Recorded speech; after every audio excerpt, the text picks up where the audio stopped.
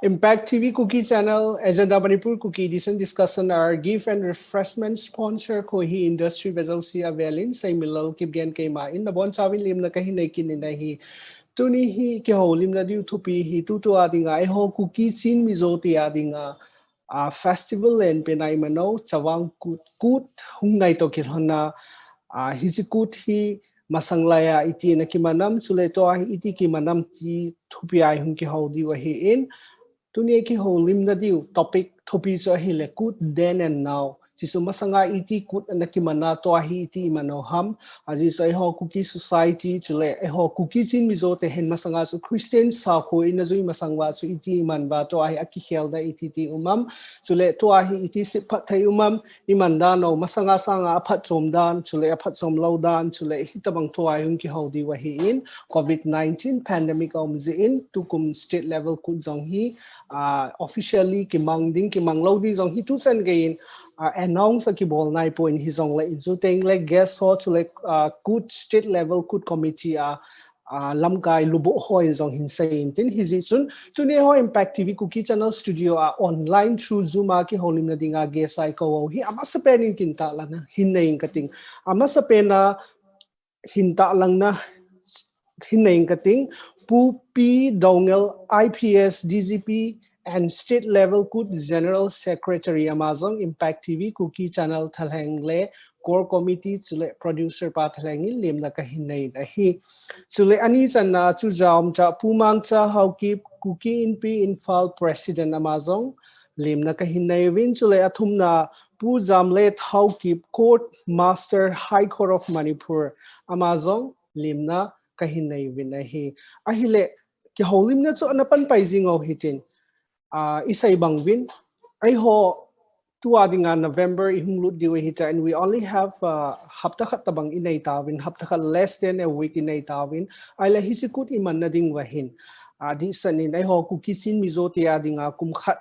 adinga one of the biggest festival ti tawte low kumkhat na ilho harvestable low ivo chang ivo ila lu now malai ipu ipa tevin anaman no tabanga ai hon jong tusan ga hi we are in 21st century hi jong iman jing ke o hin hi sun apat na penin pu mangcha how keep cookie in p in falcoma na ching kating sawang kuthi masanglain ipu ipa tevin anamangwin masanglai suna hile Christian Sakui na zui povin Christian hi masango chun ipui pa tevin hapta tabang anama mangvin like festival se hilovin sports song anabolvin kichip goal se song anabolvin hapta tabang hita anakaiwa anamanwa nokta hi anaman jiwa hele to hin influence on religion ti tawna we are Christian hunglut wapat na hin ani khozong hin chom savin ahile hi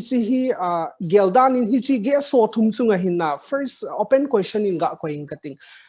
based on religion masanga inaman dano to iman dano hi no holum geldana ipiti ana gelvam like masanga iman dano to is it because of religious influence imano to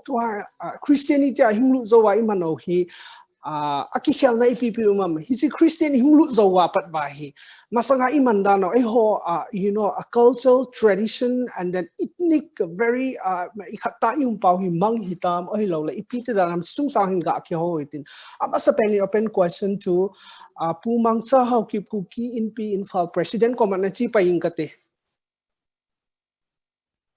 aki pai tuna giasa hupiu pu pido ngalhin pu zamlet hokip hin so le impact tv ten tamang pat tawang kut chung sang se theding anin ko jum impact tv emi program chung yong ki pa na kan pungin hi so le tamang pat pai pu pathin thangwa na kan pekin ni hi ipui pa tevin masang lain put anaman ya to neo khat ki hin ka he in neo lain kan yaw khai ku na chi mangin ku da chung nu te hon chang la nu nga hol hon chang la ki suin so le la ma ki bolin sila ki than su ho na ki te nan ki bolin jalan ki te ni tu lain bambu dan se ki hon su ta la min ku su la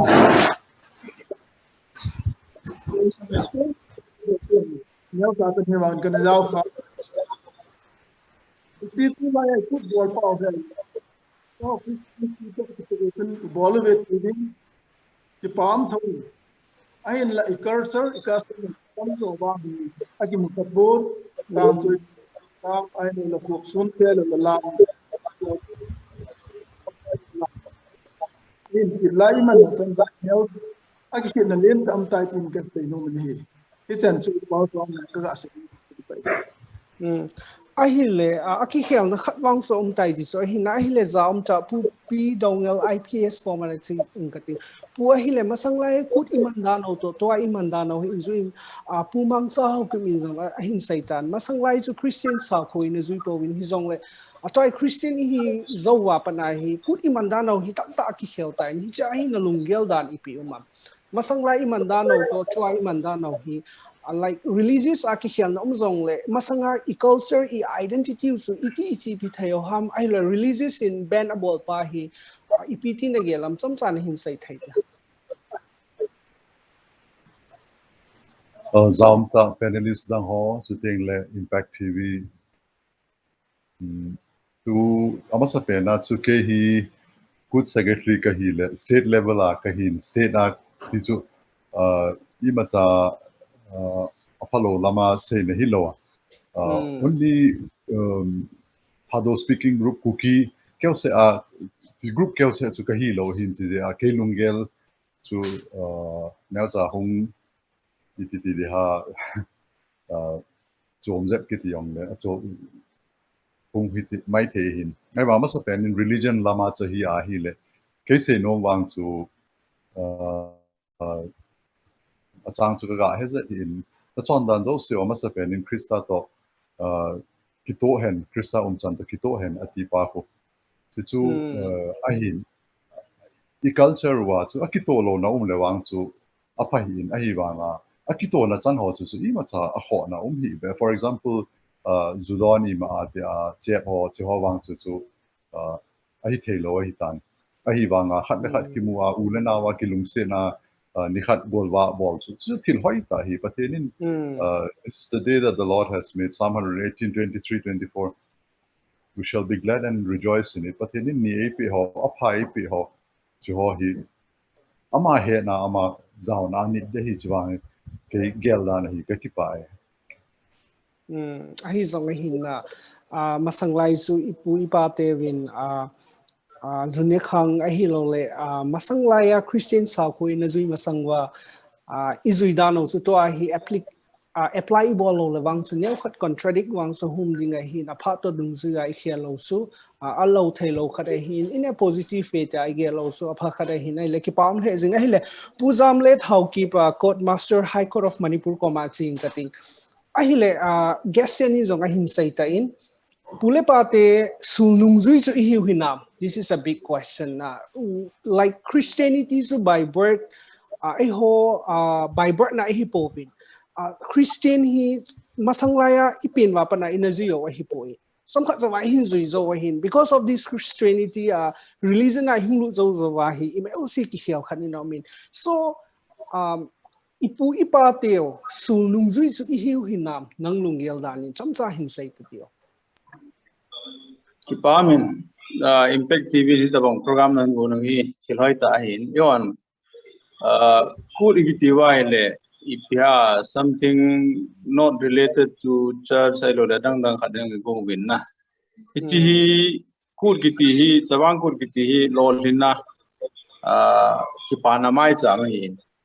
ichi ke gelan wang hobung in jong patata man thin yo hin Christian ho festival ti wa ile Christmas hi ho adan in gel da Christmas as a Christian I hin yo kuki lo le tin kuki mi zo de nga jo iku do ki pa na jo kumbula in to na ho achievement jo hin na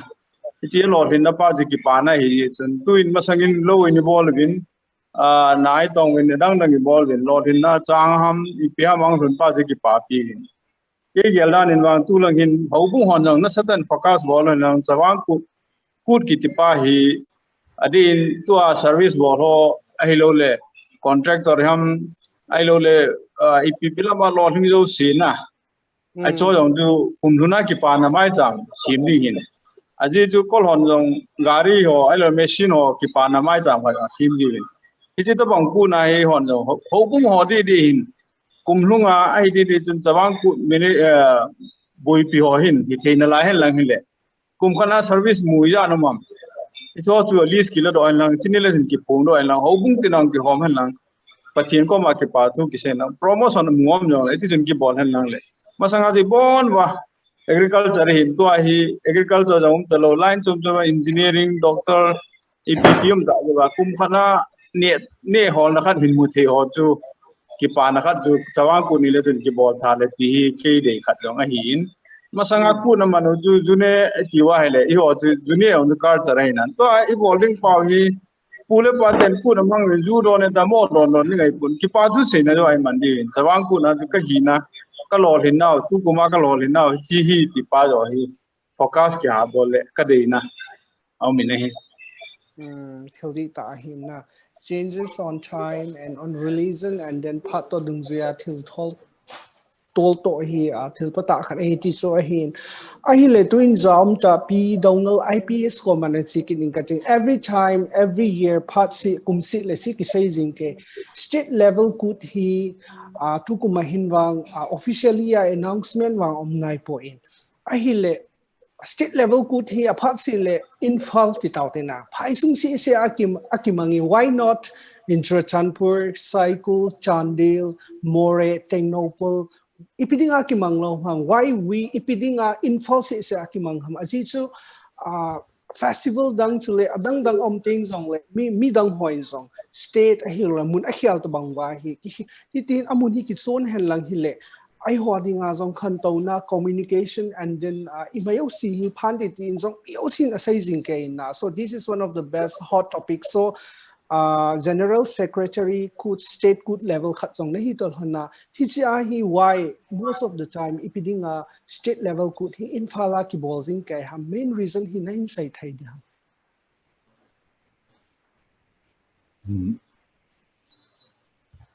amasa penin good akibol na hi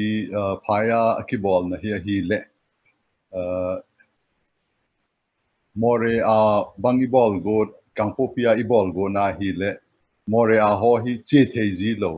kangpopia ho more ibol le che thei lo hi lo le chandela ho chu churachan pura che dikicha di khat hi aumin ipida ha mi ti le akut chu ibon wa di a hi wa nga chu imi ho la wa hi to banga hi kita san na hi lo lai chi number 1 je hi phaya akibol ji na pen hi azot abayin di khat we chu kangpopia ki bolin ki pao me teng le hoi te inong a ki bole a hi wanga chande lama ho chu koi ma cha hung thei lo churachan pur lama yong representative o tia hi group neo cha hung a hin chu di khat athum dan chu ti cha hitan teng le adang khat a hi le a local mi ki ti mai le a local amo podi ho hin angap sat lo yong umzi state level a ki bol di iti ke hon ka zo di ham ti khat hi umzin cha hi a de dia local representative in pan hun la ma sa initiative khat lo a hi le akut che a ga bol chu mi ina iti ti de ha gachi a ga bol ti a yong hi min agel thei permission la lo ham ai hi ba ma ho yong chun angap sat lo ai le in ga bol te na yong chu thei lo chiong hi khat a hin ting le adang khat cha hi le governor to CM hi zingka ni hla ki kozi a hin phaya I bola hi le security hi abain ama ho yong khun ki pa ta in 1MR hi a pezivin khat tua more a governor to CM che dinga security bol dikiti chu mi tam ta hi tol do yong ngai de hin mun chom choma pana chi ho hi ngai hi le chu masanga tua ahun bol ti lua barni sap te ho umlai 83 84 la churachanpur dunga na ki bol chu to banga hi security ngai lo hi nom ta garia huwa kilew le ki chai yang hin CMI yang chi chu tu la hi thei ta lo je chi point thum leli achom lamin ki se le chi ho ji a hi พายาฮิกิบอลจีฮินอดังอาจูบอลโนมโลนะฮิโลฮิลกังโปปีอาจิซีอามาฮอนขัดเวมอฮอนโปเงี้ยเวลเตติไอเลกิทไรไปยินอบางอาจูอดังฮอนยองจูมอโปโนมเลจู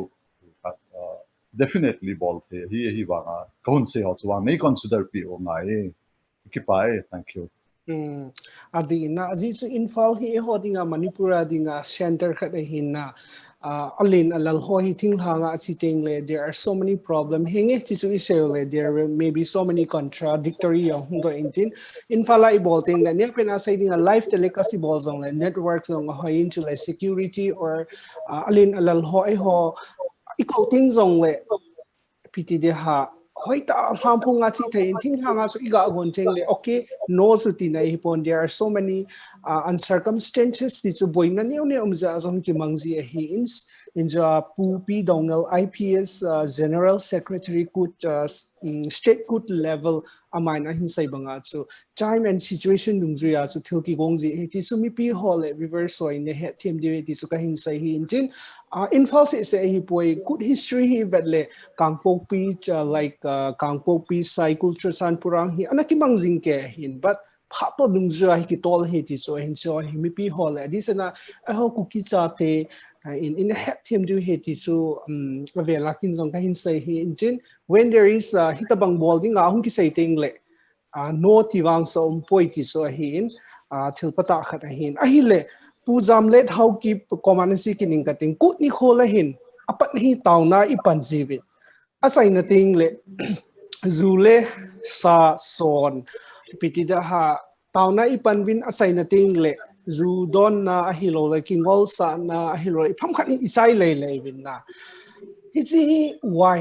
ipz hi dem Christian sa khuzong izui tawin masang lai hin khu chu ipai tawe te a hin la face ti chu mirrolin imang win na religion hi achai na hi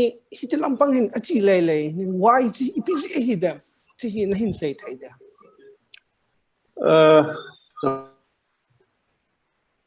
concept phalo khat na ila kha phat wa he boy hin in sawang ku da kitia ile ipya masanga te son aput man pa chu gel do ben na chini len ju do ben sa ne ben adu da ti chu gel do wa chi concept tu iman ila wa iman ji in ye si ho concept tu ila wa hele atha na ho akita na ho ngi gila phale padi na te son ju don wa ju thuli wa ju kham yom na ta kida jong lo akina jong lo in Christian hi phat wa ju tham khat chu mo sim tu de mangain ju don jong ju khoi ta fulia kha the yong hi pon hin I khaw yo aki hong yong hi di pon yong le mi o hi Kuki te hi ya sense si tham khat awa ka sign te gel dan I mui ball lang hi mel sita ki ball jing hin sabang ku he ta ju don wa nga chu chi thei lo le ham khana don ngai pu ni don nom yong le I ball li yong le ke wa jun ju hi aki phalai pu nai wa mi na don tho ya Christian hi ne khana ju taw nai man wa ki patta nga lo ai le engineer ju tradition mo ngai I ball li wa he le ke wa jun ju pi ho mo hu ki ho nan lang na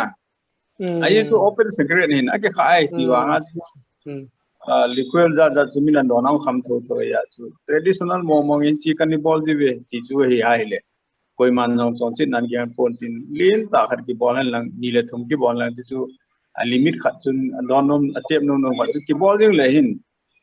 phading in ka gelin ji chu aki kha ta bam le yo aki kha ki ball no me hin na le hinge Christian hi bin hin wa Christianity in fully Christian hobung lahon organizer ball hi lo ji freedom lang hin wa go lahon lang ko yong le thanum ka am ki din ji chun hinge Christian khat hina ju tauna ki man wa nga ju aki chai to ka lim sana ai lo le ju te kha lo be ding ti on chu ai thei be si ki pan do yong le na alam pi chu be within ke se wa ju ajudon dan do ai ki khian lang I ki khan lang yong le ni do ho thei ding ki khan han lang na good ka mangin I enjoy it kapu ka pa chon na ni ti he ti pa ju I ga tho wa le I chi tho ajudon bong ju I popi thewa le bola a ha na le akita na le athu ti na ho jong ju popi thelom chinya ju ki hil the ham ti ong su sei ka bol no min na e tuni ho hin sabang kur kitile everything is free ki hong ta bang khat ani bolvin mi dang yang copy yang min tin a hin ke ye lai le lam kai hon hoi ta ge lai ti masanga tham khat awareness program khat ki go han la don zu don in a hin mel silivin don hin nanam sumin silivin don hin na don yang le za le nam lo pi ne thei khan in don in ti gi se le wa ka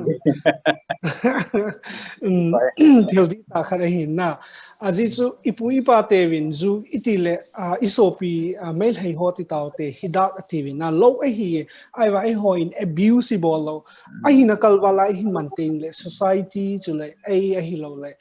inam sunga dinga man na hum ji hin masanga kut ki manting le hon jong he so ke ipu ipa te vin zu ting na ben ba zu na ben ba na che ba lam pul na bol ba ta chu zana ana bo ai va thil si wang so khalo hina that is all culture and identity khat a hina ai va tu khanga hi why iti tinga hi le awala I bolo na tisu na like ho dia ki pani khu hi we have to be happy ki paudi we have to be merry ai wanga over ti khat so limit khat inei lo pa si right it always goes wrong teacher hin chule tu chunga jong kutam ta ki mangin ki mangding in zong program is side two hi in more langa zong chuchan pulang kut akimang mangding in program tam da ki semin we very som ipi honi het diu khat so kut akiti tenga la it's our identity it's not only festival Kuki chin mi zo te adinga ai ho dinga mural khat hi min kut ahung ki ti la am ho kut su zudon na kut hi ki ngol sa na kut ki na ki phun na ki dang na kut he ti ki mu sa lo dia we have to since ai ho dinga very proud moment the culture or identity is so na diu ni ho he ti zo so hi in til hoi ta khat ai hin ai le twin pu mang cha how ki Kuki in pi in phal ko man se ki ning kating kut ni ho la hin chi hi debate zong am jing ke in kut a hi Kuki chin mi zo sa te kalwala platform pi thailo hi na za dang nam dang in stage perform a hung ball hitia hung ball ho hi very not much appreciated hi ai ho Kuki sa te boin I ball diu he ti khati khuti tu zong hi akiza jing ke so what is your option nang lungela chila hi ipiti na gela za dang nam dang I chen home pi ho because sai ho Manipur hin we have so many community win na should we entertain them ama ho azaw hi ipiti na gela I ball khom wa pham or kut iti teng lai ho Kuki chin mi zo te se in you know I khat no ngai ham la hin na lung gel na hin sai thai te ipa me inam chon khat state level la min hingman pi te zu ki pam ta hi ama bo man khom mo ampoi yes example in gan ngai ni dung ai lo la lu ngai ni dung or adang nang festival yang ke yong in ko ji in far in p percent in nan ka ga che ji ka ga yaw ji participate ka ga bol ji mai le la ja a hin ei mi ho ni bol zo se vi jo a pu jam den se mos I wal na khat um khai lang khana sei dinga su custom cultural til in ko teo ka bui ho khun ju ho ni ti bin ju ti open ta ma ho custom na thole ai wa gan ngai wa chi ju khama hiba thule le ai lo la tang le mi disturb bor mi su bol ko akimu pu adon na we ane na we ya pu jam de se bon su niau te don ho te limit nim ki don han lang tinele amo pu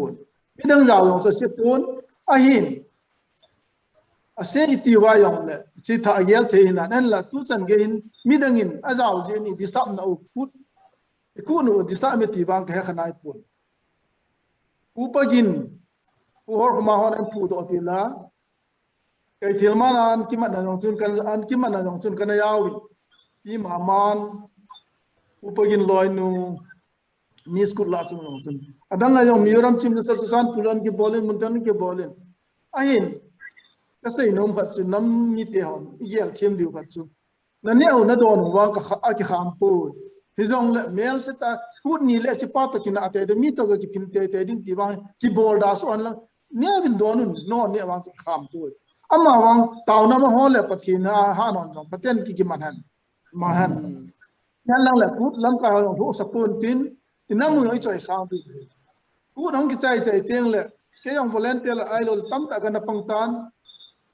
ku nong ki chai le jing ka le thil tha hoi tam ta am ki mu ji tho bong ki bol da yan lang le inamu I choi sang di min hung jaw pi u chu example peng ka ting isa ham ina ham iko sum ham azun gol no khat ai lo le isan nu ham isa pa ham ki pa na khat bola iloi igol nam dang chita mang tha ayong le nu ma hin hisi pang asu ama lam kai put ilam kai su tu pi do lo lo lo la tam ta lam kai yong num tam ki za to tin lam kai ho se ki ngai ho tin first emara ki manin jong game less nu te ho women side duty post again kaloi nu women chairperson hi lai tam phan hin amalam kan an hong win ai wangin mi pi hos a pho win nu te hos nai poi naw to lang hi win na lang wang za phanai kham na bol hi win mi ja to man kho mu hi ching thein mang win na don na ne wang di kham po ti wang win boina sim to nung la ai mi ki dal dal jing a command do hala police on tha rong nan nei ji ti cho wang chu kan la lo mi ni ama wang mi dang te man form chicken shi ka support ilungu le ngayin Indian sunga yoga chu tilan ke lo tun wan noi le sen yoga ni ho ki mang ta pangin miniman ki na la yong la ki pam chen la ni ti ka sei no mi ni ki pai til di ta hin na ji so e ho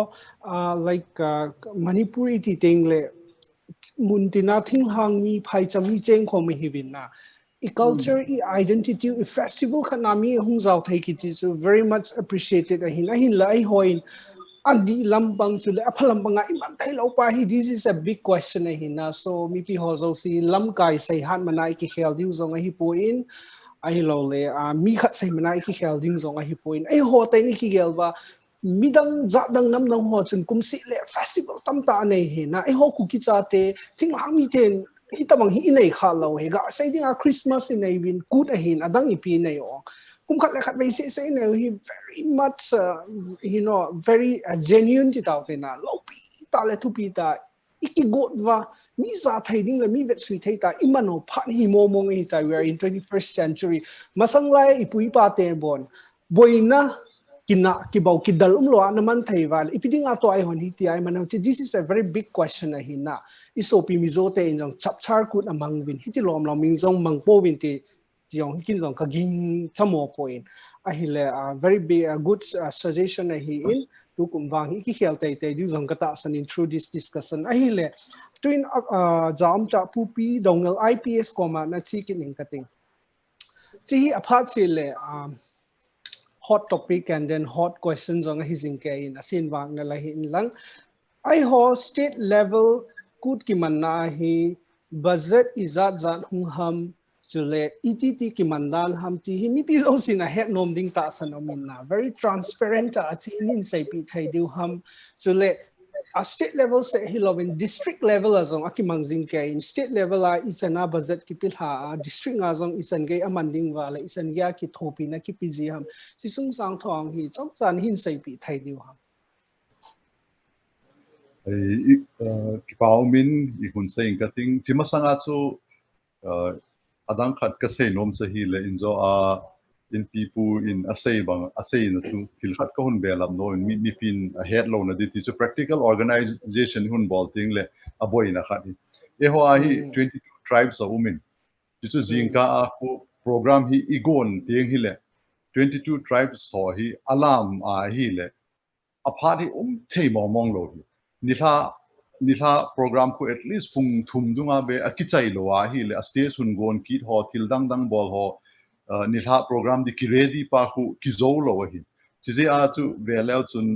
an notice di hum two last 3-4 years a hi 22 a hi 11 bo hi ki bol so kum khana hi good in 1 year of good only 11 tribes ki bol ipida hamiti le apart hitting thelo chitil speech ho yang umji na VIP ho isei sa lo a hi le ti chu iko man nom salo ti ho yang pi mong de hin kut pan no phat ane in chitil lo a yang chu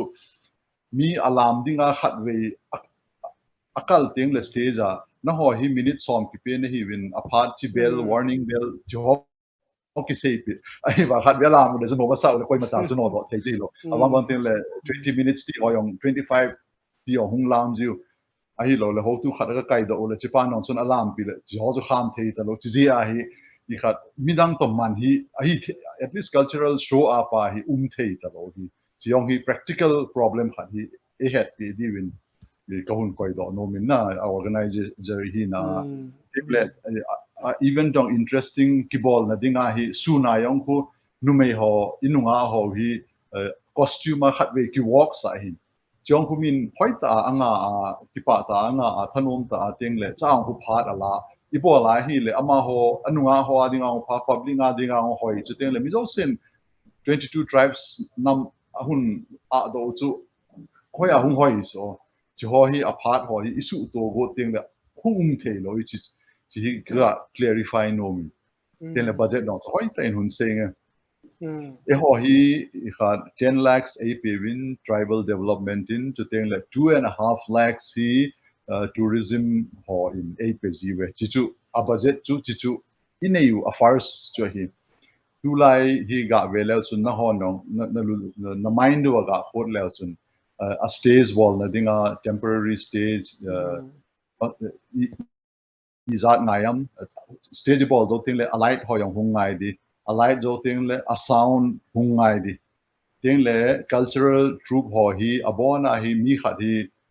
25,000 group khat na 25,000 kpa hin chu teng le khat refreshment ho hin mi ahung ka ti chu volunteer ahung ho yong ku alung thaina diu bola ngai a budget hi up to 21 22 hung hi ji hi aban chu iti ka recover wam chiong ko hun sei no me minister ho so se hin lak ni ni to every minister tu chunga in you pulet pau pi nemcha adang ho so se pu hang khan len koi koi in dong na le mla so se hin lak khat khat to wai chu teng le I khat chairman mtdc manirada ti ho hin ama ho hin 1 lakh 25 ha to so tele I khat is ho hin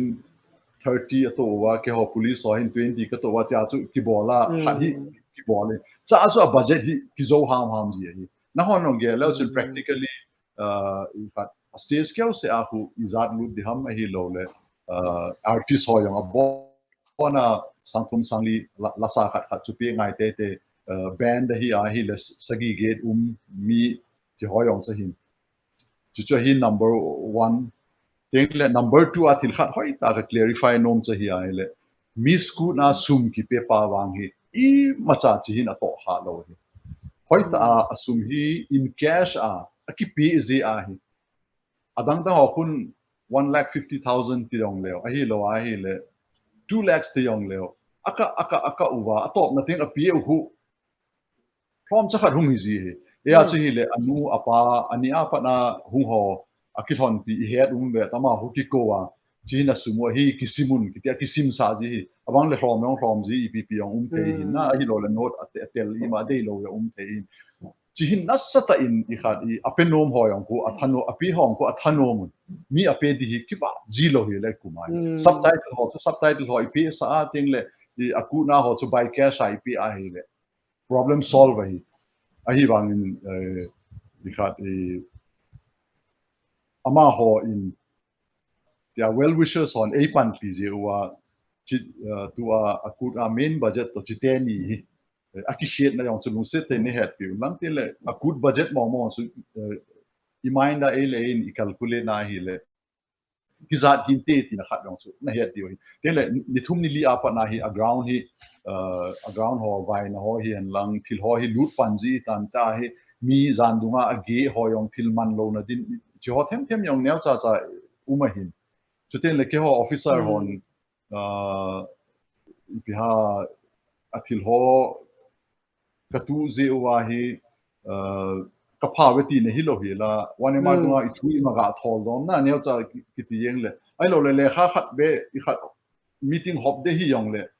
ki hom thei so mi ki sol thei so ai lo le kha ho yong officer xerox ti di pp cho them yong hi expenditure ipiha aki manglo ho yong expenditure ana incurred this hi ahi wanga ki bol lo ti ho yong he omin che in chibana so nei do nom wa hi le ka sei the na la hi nei wang that sufficient ahi tin kalan na san chu da hi pot and budget tung chang ki pai le very transparent hin ki pam hai aji so khosung khana anniversary hi le birthday party family khana birthday or anything manjing bol le sum hi iki go na sanga achi na hi atama tamji hinna so ko state level kiti ting le lin ta kha hin government na ko na hung sa tam zo alu di jong chu ta san ta kha hin aiza pu azam cha pi dongal IPS in hin sei banga ama hoin atam zo recruit abolwa achi pi je abon hi chi thayo he ti kha so ya ji so he so can we are in 2021 hi ta until man vai man ho hi piti da aman haga ma hita chang chu ga he thejing thai a hi na ki pam thejing in transparent ta din sei pi ai le pi dongal ko anasi ki jing ta ai le pu tu kum 2021 ku hi ki go na lo dan ham piti dan officially announcement tam iman diu ham man lo dem sung sa hin na hin sei thai de ha ei tu chana wang official ki phom do hi line chairman pu hi pu wung jagin walte hi constituency lama chin jing hamle hung hung ping hilama koma chi thilip officially announced bol na hi ka go no hin I khat covid ji hi ki bol lo go hin ti chu ki bol la chu ki bol liang de hi na hi wangin ipm khat chi zo wa hin thilwang hung kal le mi anak na hi number hung kal le ano manom lo khana yum bi hin chi ai tu ma ba kino ma ma yong le ka ki tim ham thi di ta bol pe le di da na hi ba jon ska se na ki pa ki pam hazing in 2021 good of state level wang hi ki mang thai loading dan in hin say hi zong wei choke state level block level zong ne ne iman thau di hin festival in ta ki mang hi zong le I society wa ipu ipa te win a hin zui pi good kha cha hung e ti ai ho zong in su I khusung wa program neu cha hi zong le mai cham neu cha hi zong is thai thau hin na ho nai sai poi we still have much time to go through ki pam the jing in a hi le twin zaum ta apu mangcha how ki kuki in pi infal president komal sikining kating kut ni khola hin chief minister chulai ho Manipur ati taute chief minister chule alin tamta I kovin na sita manga chu state level khade hin festival hin ta khade hin state holidays ong hin na chini khoi why not ipidinga hi chini khole hin prime minister ho or president ho vice president or ai ho India sunga dinga alin lalong ikowa ai ho kuki chati adinga iboi na ho I hasat na ho I demand ho hi chini ho hi festival to hi to kilhona hi tabang ilunggelo hi isai la na thaiwa platform hi pidinga iman lo ham la in man khawa man thai hi lo hon sung sang thua hi ne peninga sai like Nagaland na jong hornbill festival among win and even we have this Sangai festival hi in guess ko ho to pi ta ho state hilowa ai ho igamo India sunga milal ho ko hin chita bang ai hon jong I bol thai hi lo ham iti ham chila hin longgel hin sai thai ya ki pa me India sunga president hanlang prime minister lang ko mo na lam piam po so it depends on committee ka nominate ama sanong Mizoram chief minister ron ki kovin an ki mang thobe ain chilang chu committee ho mo pu nan ka gial tai chu chilam ki ko se helowin akukin pi Manipur la akukin pi branch ho la KSO ho jingin jong una ka mukhaji po invitation card jing ka mu lo yeu jing ke hon la ichila jum tha ka nei pon chu se ne te yong ka nei po ke gial dan hin ne ku kite chin ku kim yo group sunga chu kim kiti la KSO kiti ho sun invitation ki pi han lang cha chun idea yong ki shell home thejile mi pi la chun ki shell thela ki to home jile any ki loi home no yo se ki to home thela ji wang ka de ni 2019 kumin zong ju sem le amuko ai lo la mai thai sia so kokomi aka ki loi home hin kokomi ai lo la men pe ki tia ke ka yaw hi sin ho ku ki representative ma ka yaw hi sin kut ni kho in na mon in phone win ku ki ten kut mang ngai pringa ki ho mai thai sia so ni ko lo hom na sa tanong ki pen ka koma ake yin yon wai te san ka pon sin phone ka bol le na la WhatsApp man thot WhatsApp ma ka thot pin ita bo hi win e ho al khat is ta bang program ting hen CSO lam kai ho hi akidon nom pun pupi do ngali ba ngai se hen na ke gel dan top ai le any ita bang inam ni holan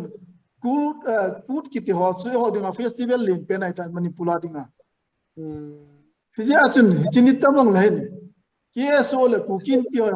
hoi lam khat be chin ki to na ki pi han lang represent ka ki bor san la su sei la sa jun ki pa hi jong le e ka nam pi wa gan ti ha san ne chili man ni alo le gal la tul alo le nam isu hung te la mon atine ti langin ki dom sang thei le inam hi ki ja thein de ki ya ta ni tu ni san ge in ka het lo le kukin pi khong pan na yong sot thim tan kia so kan pan kan po na hong sot thim tan invitation wa kam khanai pa tu san an la kut committee SAX kut committee X inen jong kam khanai pon na por kuma ho kusel kai ho ton kut committee so ta kan pan khom win ai wang sun kam khanai pon na itabong kichu X inen ka senum pon inam suwa gan ti asan ni khol kukin pi ke so holang na gyam kya kyal ki toy ama ho amin chen ki pe ho la chi ku ke so sunga kukin pi sunga mi ja nang ki hom bo tile in pi ki pe in pi na branch a district lam ka ho pi le hesitation ripen ga ki bol chil chu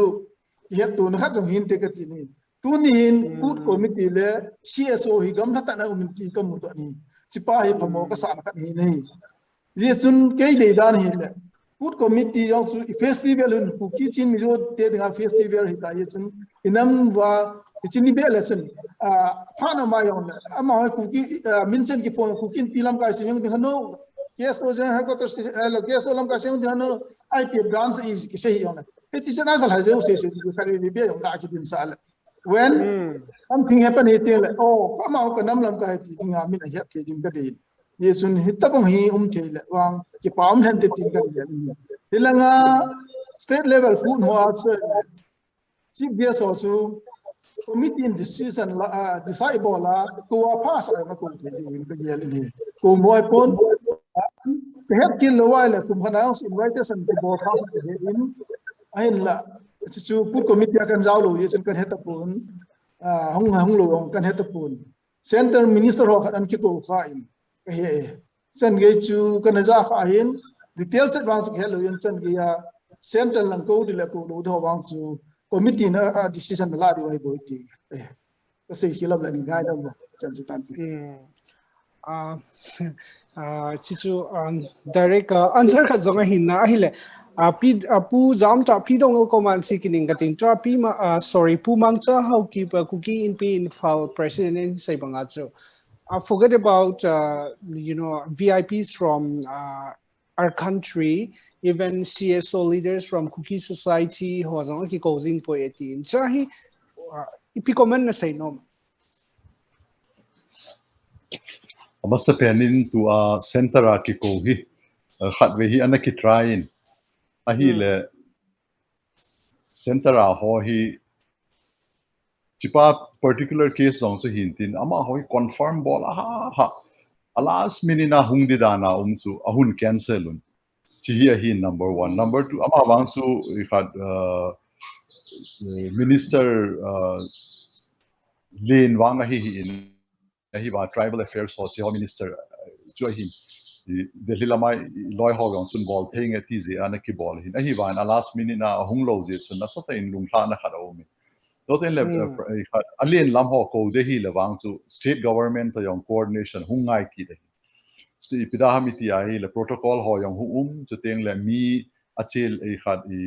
a security yong chu chidung zu ya chu hun got anga in hunga chi a festival atena ima cha boin lo 1970 la ho to wang chu hi le chu ho hi lo hi le hi na hi wa tu a wang chu thil tam ta hi formality ho hi bol anga in chi yong hi problem khat hi ima cha discourage na hi wanga isei chen thu hi te le injo apu bang cha hun sei leader ho ki ko lo chong chu phata in nora ki bol in hi wa thil khat nong ne het pe di hi khat of course good iti teng le itiam e ho hin e pau fongen tai ma hin ki la na hi wanga chu khana hi ikowa hi le azomi kitile hi lo le chandel lama amaring anal leader bona so ke hin ako zi hi anaki gel lo hi na hi wanga convenience zong hi anaki hol hin yong le phai dunga ho tia po thei te ho chi ko le wang chi suggestion hoi ta hi chi Yes. absolutely agree hi wanga akut committee hi na yong chu limitation khat hi a ume tiong chu ka se no mi zo se ni het pi la mi achawang kut to akut state level chu chom zep a hi zi a chu ka se tu ka ki bai Ki pam he jing a hi thai le state level good committee ho in jong in zu a pumang cha hau ki Kuki infal president in a hin sai banga so iboi ting o le Kuki in p interrogation i ko win ke so interrogation i ko win thui dong no win no ni ki pa ni jong le neu khat be iko credit neu sa hi jong pi ong su thil hoi ta khat hin na so ki jong et ona ka ga sai hin tin ki pa om ta hin a hi le guest za om ta thum ho ik holim na zo hung so ta in na ho zong na lal ta di ko ta sanin ki sol to gomin break chom cha na law hite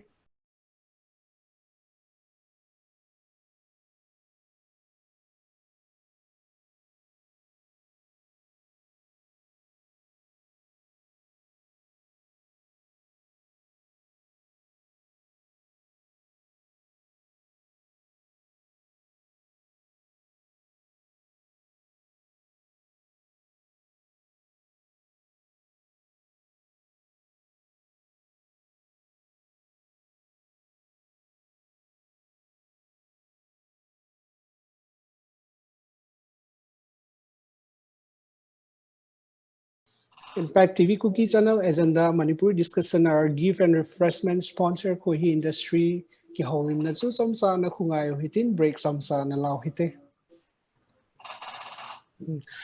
na bon chawin na velin lim na kahin nai kini na hi tunia agenda Manipur Kuki edition discussion arai ki holim na chu ku dead and now masanga ku iti na ki mana to iti ku ki man hitam ti ki hodi wa hin a hi le direct an chi ki jing kating zam cha pu zam let how ki Court Master High Court of Manipur Common and Seeking cutting. Big question from public. Could ni ting le could ipiding aki mangham. Low sang lay ting ha sang lay ki ball hung min sang ki art sang ki vo hin. Ahin lai ho good platform hi so a khat sa ki so poi. Only preference goes to Miss Good na. No may ho Miss Good title hobo platform akipi in. At least ahi thai zong le chang vui khat vui ni za hi zong le stay sa ki podo thai hen lang ai hoi na kin them pu kin pi pu ai ko hon chang zong ki vo sa hen lang ai thai la stay sa zong khun sang vui khat sa hi zong le ki koi hen lang I tradition I culture ho hi neu khat ki so thai le chi everyone voice hi na ai le chi hi I ga vet na hi le wang so lo hi na even I have experienced it na kut ni ko le we have big stage big platform very luxury hoi le jing a hin la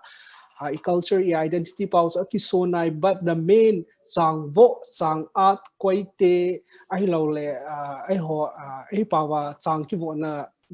thing hoi man ho khu khacha display ki ball po ept danam ti very big question from the public hin his ison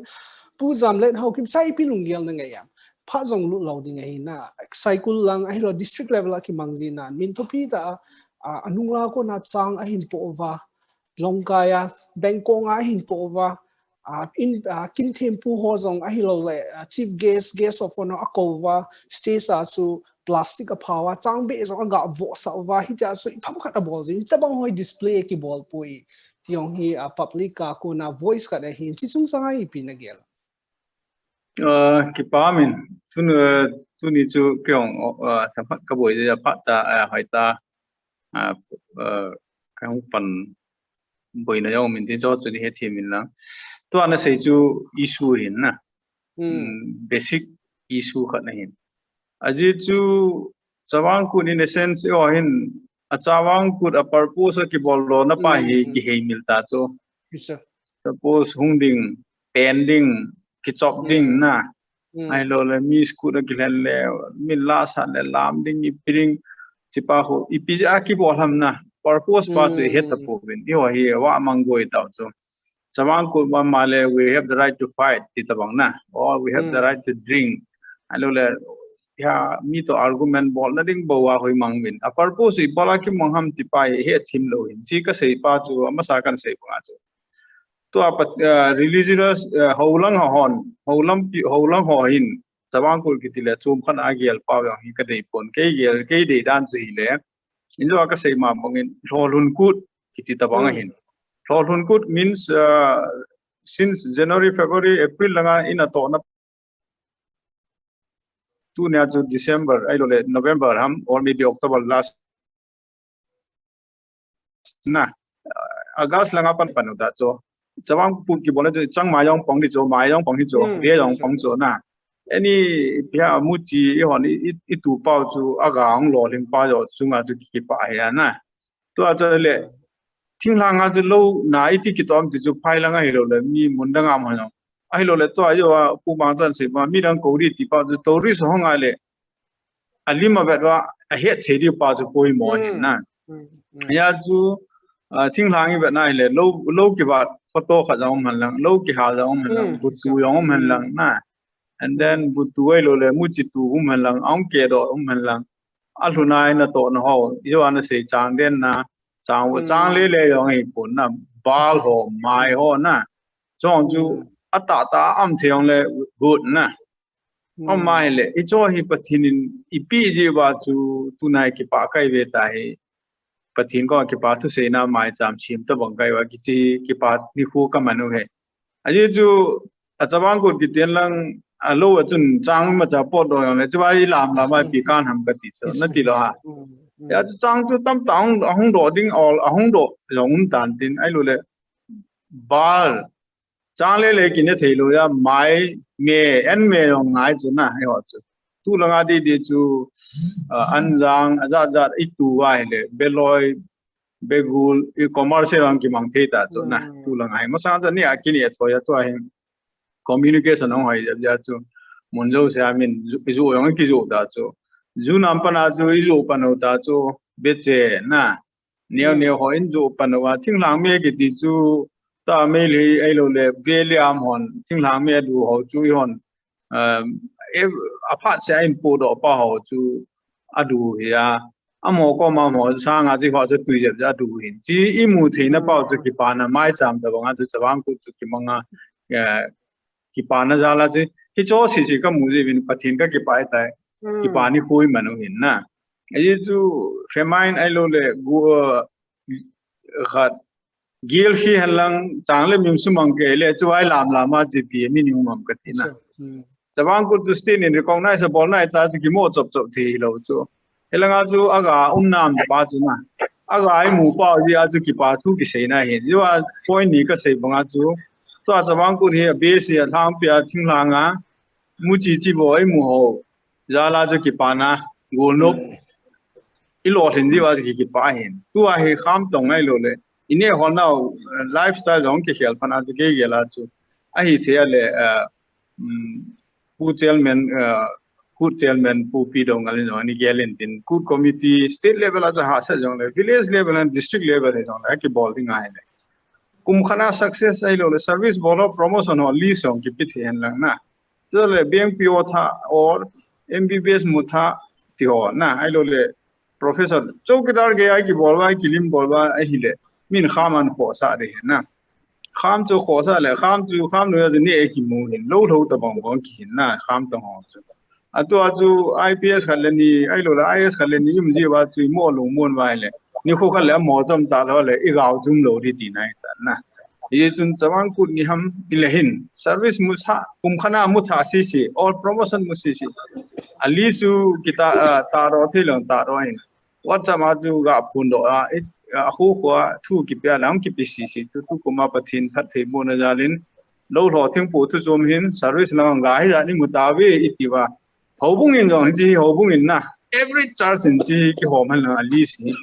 a collect one to jawang good committee or sub committee khat ki sim hal mo dun collect hal lang every church hobung lam kai ho ki pi lang cha den pathin ko ma ki pa thu ki seile ni khu khal le to a service bo ho chu chawang pu nya lo pi ta ki khon do wa hele til kho nong ki ne din hi cho chun a service bo la sum bo chu nam ngai lu nan mangin tin ki sa ngol na chat vai na aman lo de mong ding chang ta om the de ti chu kin kalungel khat kan se hin tin na ka ki pa thildi ta khana hinna aji so sorry zadam nang te in zong sawang kut ahung ki teng le miss kut se na lawin na why sawang kut ipidinga king mangham chi remark ta po in chi line ta le po na khana hin kut ahung ki teng le first thing that comes to the mind of the people forget about other state Manipura miss kut number 1 achin why ipidinga sawang kut ki mangham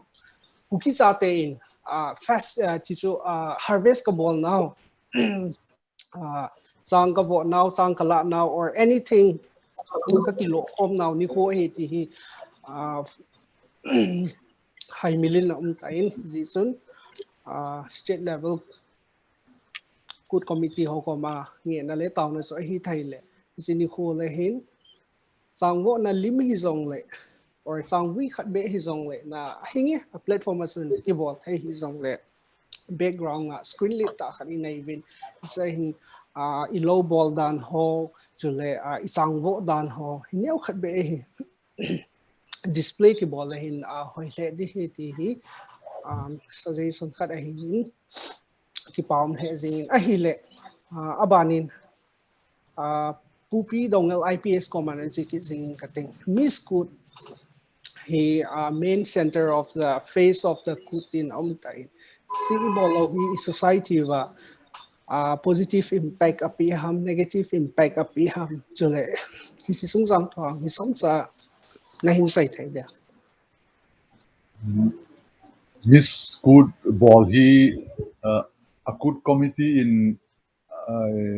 itiha a popular na di ade hilowa a public in ade zi a hi popular hi jiwang chi start in kaga sai no mina yengle inzo a isei bangwa chu adang ho to ibolu aki khet na hi le hoita asumi pe na paw hi ni macha ham deduction umlowa ipe na paw in cash a ipe na paw hi chi hi yenle adang khat ka sei nom cha hi a hi le a screening ni apa na ku anu apa ho yong hi ki ko wa tenle form na sana yong ku anu apa in aphal na uma tengle ahum ni ting yong ku le anu apa hung thei lo yong le anu apa hung yong cho me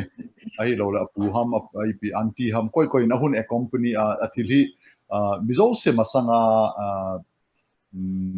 thieng tho ta ki tile open ta ki bol hin ipi ham partiality nei ti hi lo le mi in gin mo thea bol chilam chu wang sa ki bol lo zia chi ji a hi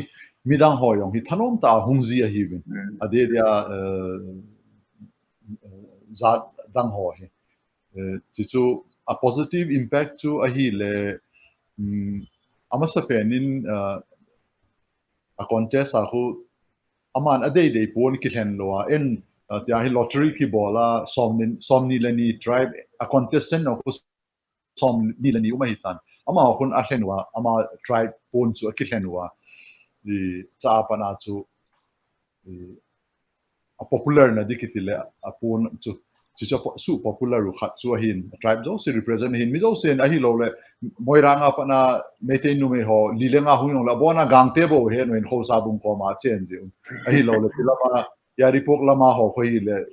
aku kilam ya bombal khulen ho jo ti type ku no mi chi ze a hi chi ki bo la hin ting le a phat na dang khat cho hi a hi le kum se hi le in ko teo phai chama kyo se hi lo thing thang a ho yong hung te jiwin i khat result ho yong aminu a chong te chong ti chu i pham khan a hin yong apang jiwin ala thei chanin yong apang jiwin at least subtitle ho yong ala jiwin jo yong event na hi le midang hon a bol sa thelo ilung let now khat a hin ti je in Pakistan ten le mi i khat company a namu air hostess i manamu ti ho yong hi aum sau sawin amin ho chu ka ga he hi na hi wanga hoi ta amu yong a umin chu teng le i khat i air hostess i ma pang ho a hi lo le company a pang ho yong hi chi contest a state level thila ka jaw de hi ati a le a company ho no permission a hun pe wa a hun ho yong a umin so mundanga office hon yong a recognize pe ui ti yong chu a hi tiếng lệ ikhat I anu apa te ho yong kun mi pin che het pe hin tin til na conduct danu a hi lo a li ka cha te ho no bol dan che ho apai ti ayong ku compliment ade the last few years a zula sai ma hung forma ki ho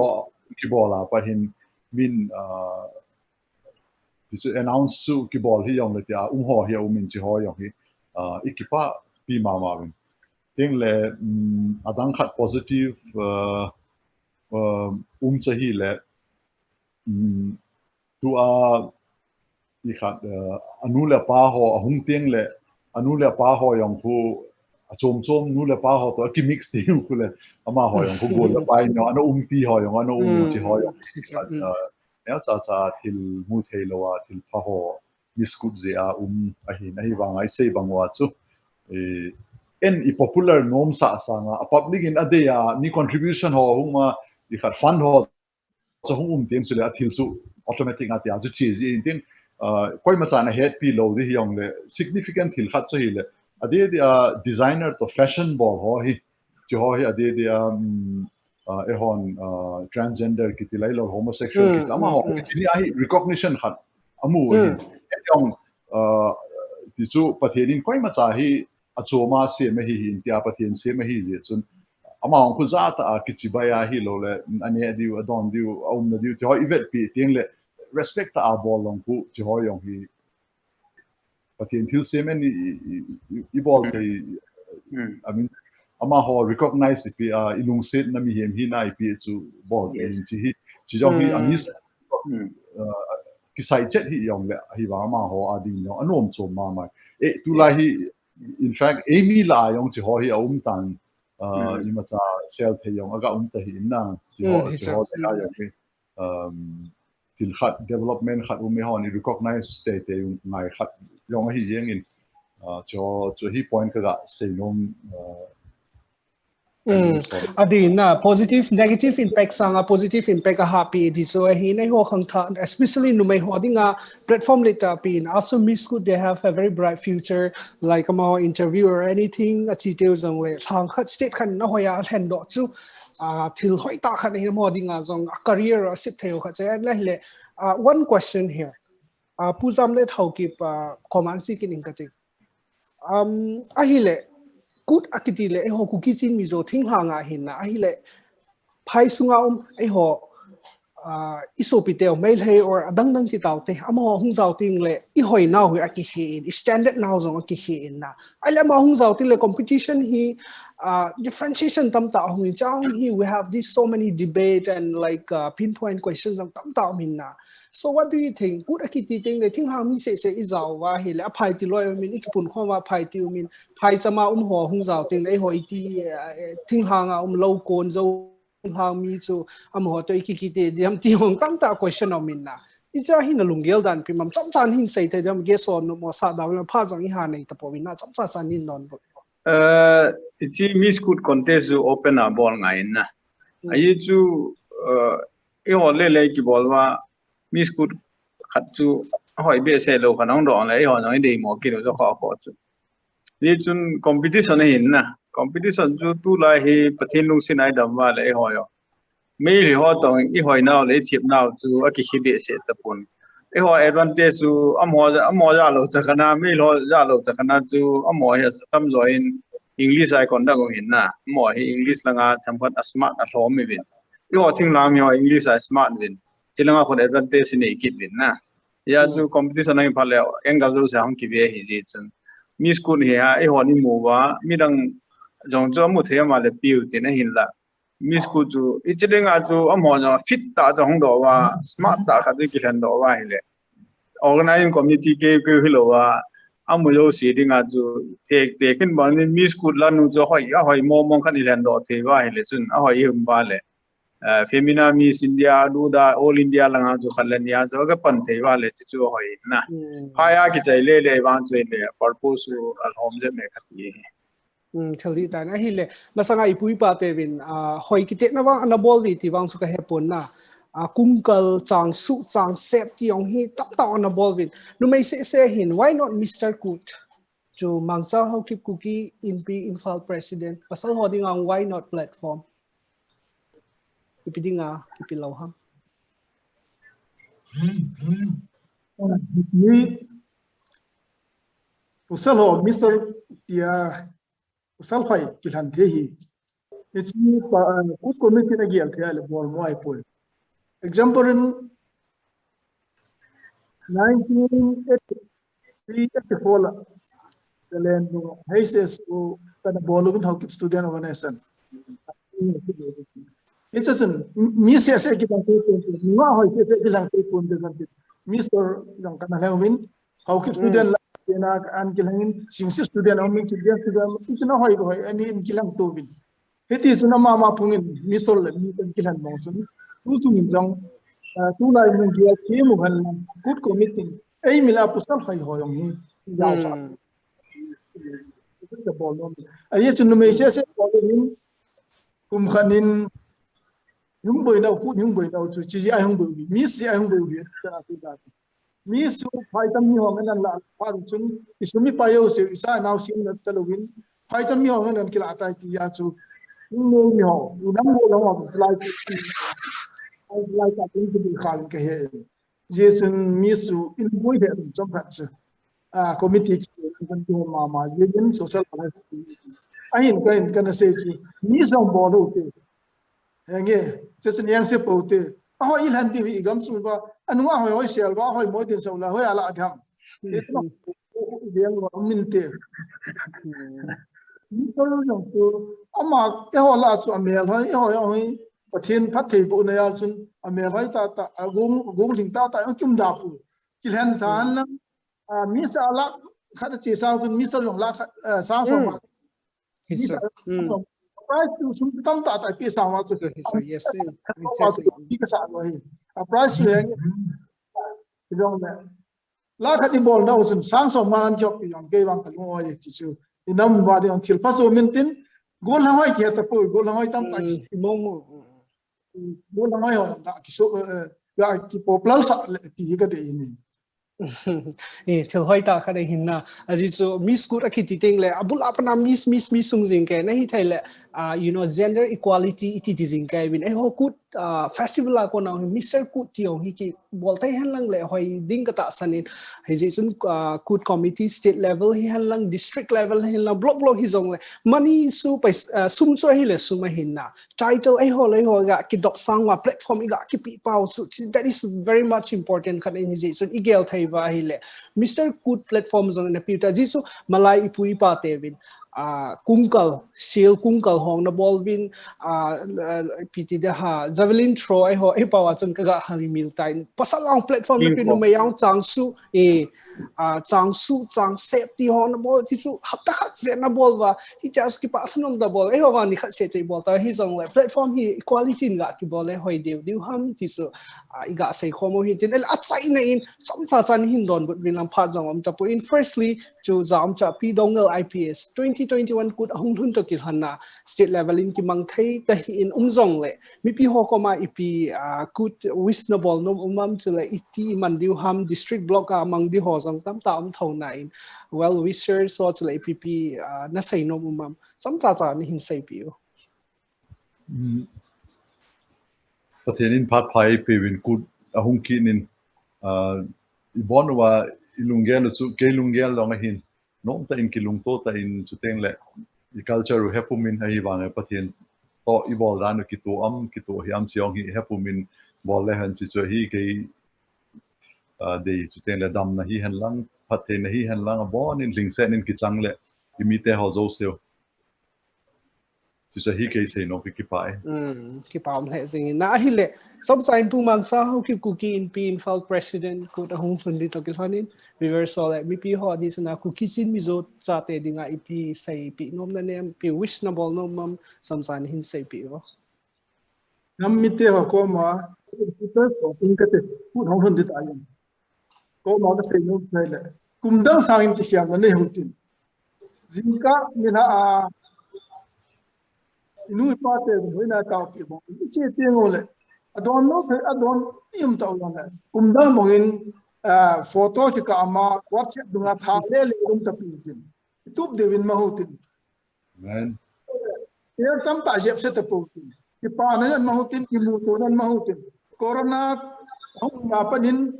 nilangi ide boni ki mu to thei tapowin ingai ta mu to thei ki mu to nan ne hutin amang yo sin ki pa nan mahutin ki nim to nan mahutin le pathin wa choi nan mahutin apathin wa choi thil hot kan ngol na le ki da na boi na sin da ta te mi pi te ko ma tim na kan ni no ki pam le jing ai le achai nen pu jam let how keep court master high court of Manipur ipi Kuki chate sin mizo chate ading 2021 ahung kut ahung hun to kil hona ipi say no wish no bol do mam cham cha na hin sai pi thai tu tu kum pathin in da mai piwa chawang ku 2021 iman thei di wa le ke is so piula naw ho hi nga han lang koi zo si jong le chawang ku kitipa hi iwa sei pau upper po su gel do jeng huitin it should be chawang ku or a festival to ito ga pau ku chu hi nga in not zu ku ti pa hi ke de kan sei he ka ki pa ki pam he jingin